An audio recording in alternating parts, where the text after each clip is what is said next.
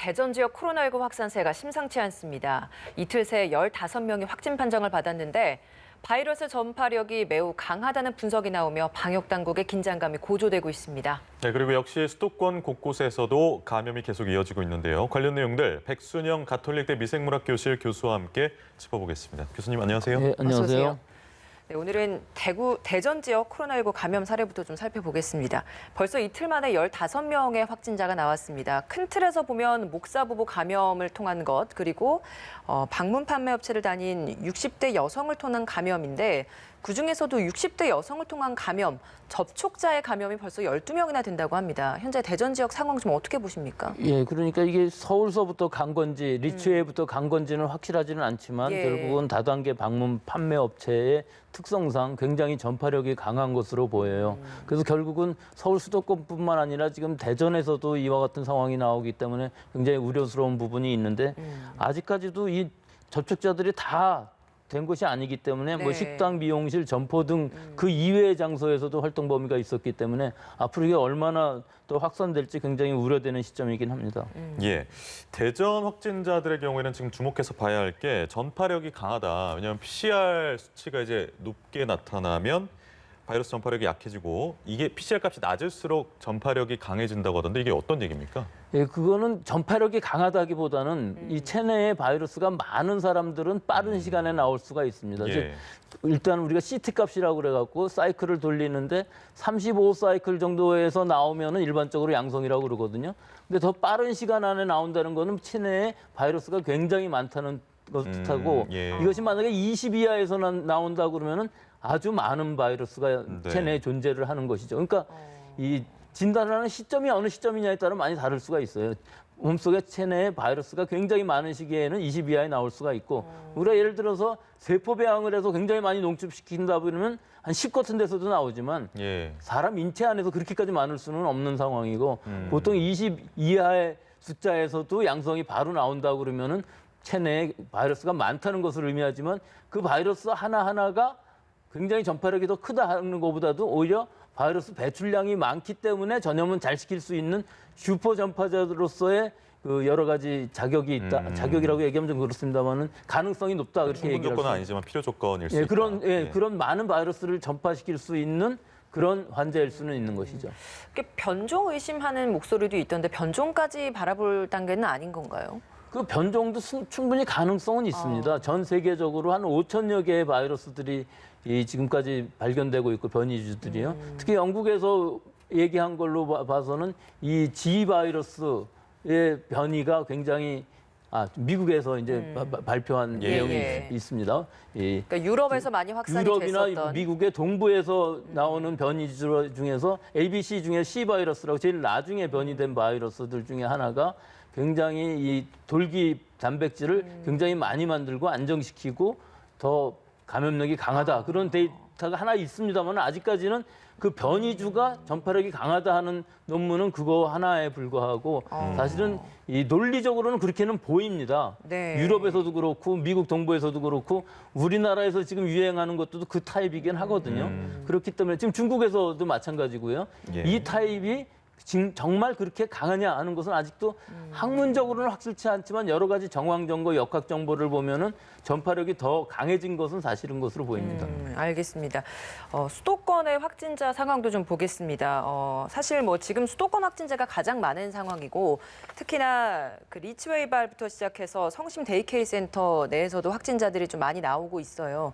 근데 고령층 확진자들이 좀 많이 나오고 있는 부분이 가장 주목되는 대목인데 방역 당국도 수도권 중증 환자를 위한 병상 확보를 위해서 대책을 마련을 하고 있고 3월 달 대구 경북에 준하게 좀 준비를 하라라고 이야기를 하고 있는데 근데 문제는 사실 수도권의 인구수가 대구 경북에 비하면 훨씬 더 많지 않습니까? 여기에서의 중증 환자가 많이 발생한다는 것, 대구 경북에 준하는 준비를 한다고 해서 과연 될까라는 궁금증도 생기는데 어떻습니까? 대구 경북에서의 경우는 실제로 의료 공백이 일어난 상황이었었죠. 그때는 우리나라 2월 29일 같은 경우 909명이나 전국적으로 발생했고 대부분이 대구 경북 지방에서 일어났기 때문에 병상 부족이 특히 중증 환자로 갈수록 이 병상 부족이 심각해지면 사람이 사망할 수가 있는 상황이 일어나기 때문에 그런 걸 우려할 수밖에 없는데 지금 현재 서울 수도권에 경우에 있어서는 아직까지는 병상이 확보가 되어 있는 상황이지만 항상 생각해야 되는 것이 최악의 상황이면 어떻게 될 것이냐 하는 그러니까요. 것이죠. 909명이라는 상황이 과연 나타난다면은 서울 수도권의 경우에서는 더 큰 발생이 나올 수가 있거든요. 그럼 1000명 이상이 나타났을 때에는 실제 병상을 비워두지 않는 한, 즉 중증 환자가 들어갈 수 있는 병상에 일반 경증 환자가 들어가 있다든지 일단 입원해 있으면 바꾸기가 어렵기 때문에 그런 부분들의 시나리오를 완벽하게 짜서 최악의 상황을 가정한 시나리오가 지금 필요하고 그런 부분의 준비가 과연 될 수 있을 것이냐 하는 것인데 사실 중증 환자를 치료할 수 있는 음압 격리 병상은 한계가 있기 때문에 그 부분이 좀 우려가 되는 부분들은 있습니다. 예, 날이 맑을 때 천정을 고쳐야 된다는 말도 있으니까요. 오늘 이런 얘기를 좀 많이 해보려고 합니다. 시청역에서 확진자 3명이 나왔는데 안전관리원 3분. 우리가 가장 걱정했던 지하철에서 확진 사례가 나왔는데 그것도 이제 유동인구가 많고 이용객이 하루에 11만 명이나 되는 시청역에서 나왔단 말이죠. 아직 경로는 미상인 거죠, 이분들? 그렇죠. 일단 경로가 미상인데다가 사람들의 왕래가 굉장히 많은 역사에서 지금 나왔다는 것이 예. 굉장히 심각한 부분이긴 하죠. 예. 하지만 우리나라 또 중국들에서의 그 여러 가지 역학조사를 보면은 실제로 이 대중교통기관 안에서 감염된 경우는 거의 없거든요.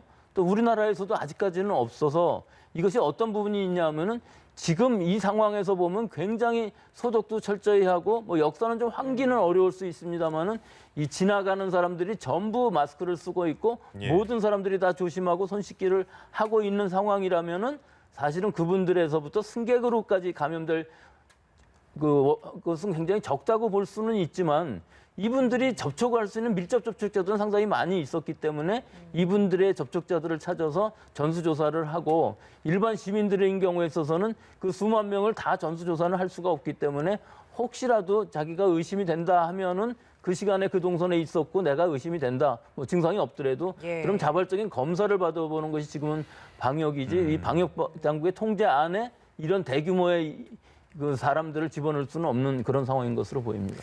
근데 이 시청역은 소독과 방역을 하기는 했지만 폐쇄하지는 않았단 말이죠. 그러니까 보통 확진자가 발생하면 그 지역을 하루에서 이틀 정도는 폐쇄를 해서 소독을 하고 그 후에 영업을 재개하고 했는데 지하철 아무래도 뭐 많은 사람들이 이용하니까 그랬던 건지 괜찮은 건지요? 근데 결국은 시간이 지난 다음에 폐쇄를 한다 할지라도 큰 의미는 없어 보이고요. 일단은 소독을 하고 또 전동차의 모든 부분들을 소독을 하고 또 그 다음에 접촉하는 사람들은 그 남아 있는 바이러스가 없도록 하는 것이 더 중요한 일인 것으로 보이고요. 지금 이 상황에서 시청역을 폐쇄를 했다고 그래서 큰 방역적으로 차이는 없어 보이거든요. 그래요. 그렇기 때문에 이 동선이 벌써 지나간 시점이기 때문에 예. 지금으로 봐서는 이런 상황이라면은 소독을 하고 또 환기를 하고 전동차도 소독을 하고 이 역사의 모든 환경을 소독하는 것이 더 중요한 방역이라고 볼 수 있겠습니다. 네, 알겠습니다.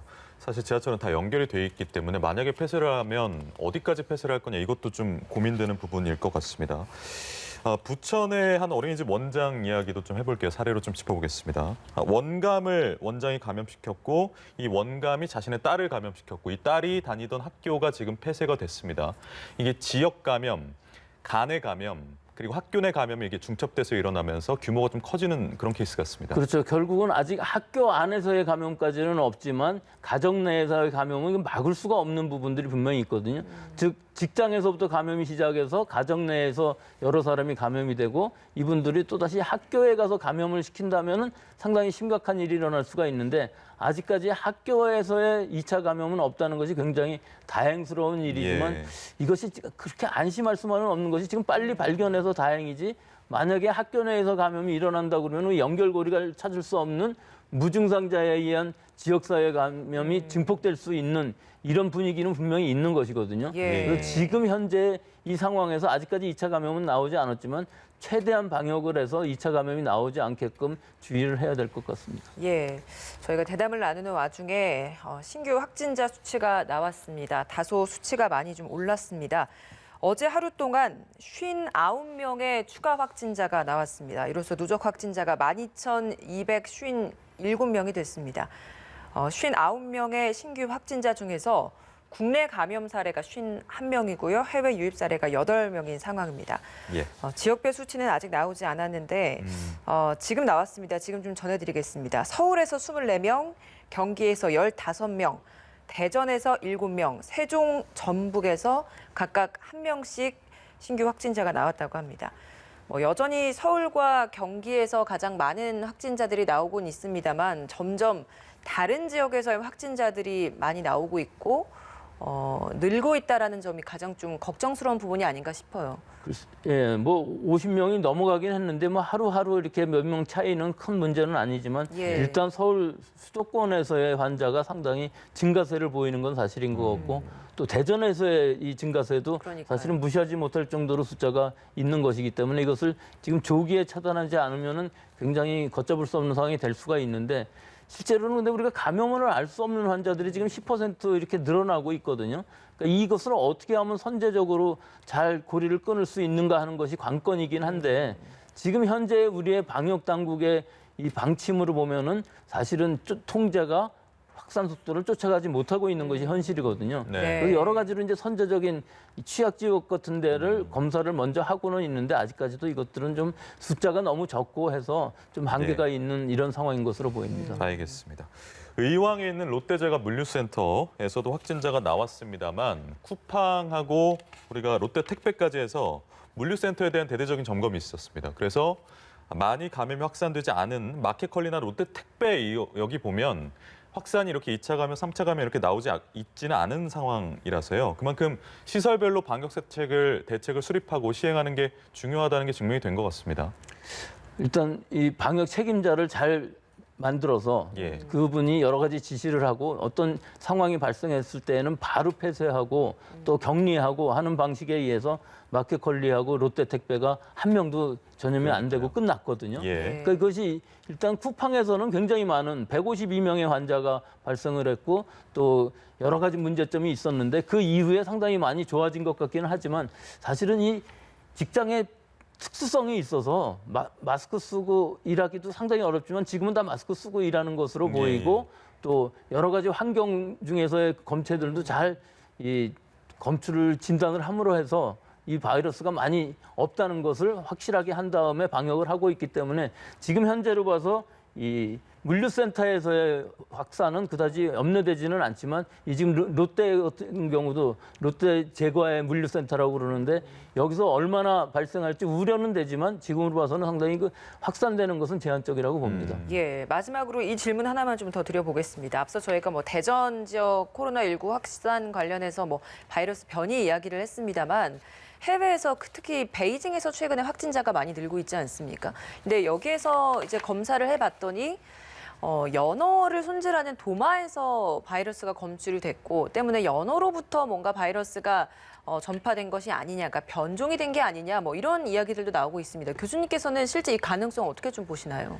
이거는 우리가 우한의 그 하난 수산시장에서부터 바이러스가 처음 시작됐기 때문에 그 안에 분명히 포유류 중에 중간 숙주가 있지 않겠느냐 이런 우려가 있었던 것이거든요. 근데 연어인 경우는 좀 어류이기 때문에 중간 숙주일 가능성은 없고 이 상황은 주변의 환경검체에서 바이러스가 검출됐다 하는 것을 뜻하는 것이고 실제 그 이외에 여러 가지 물건들이 많이 있기 때문에 사람들이 접촉하는 그 물건들에서 감염되었을 확률이 훨씬 더 많은 것이죠. 다만 이 바이러스는 아까 말씀드린 그 G타입이라고 유럽이나 미국의 동부에서 감염되어서 유행하고 있는 굉장히 전파력이 높다고 생각하는 그 바이러스가 원래 중국에는 없었던 바이러스거든요. 예, 그것이 검출이 되었기 때문에 지금 확산세가 굉장히 빠르고 이 6일 만에 지금 160명에 가까운 환자들이 지금 감염되고 있는 상황이기 때문에 지금 또 36만 명이라는 이 접촉자들을 전부 진단검사를 하고 있다고 합니다. 그러니까 중국의 특성상 봉쇄하고 다수의 진단검사를 함으로 해갖고 어느 정도 막을 수는 있을 것 같지만 일단 5월 달 중에 이미 이 시장 안에서는 바이러스가 많이 있었던 것으로 보이고 그것이 농축돼서 지금 사람들한테서 감염이 돼서 나오는 거기 때문에 당장 끝날 것 같지는 않고 상당수 늘어난 이후에 줄어들 것으로 보입니다. 네, 알겠습니다. 백순영 가톨릭대 교수와 함께 얘기 나눴습니다. 고맙습니다.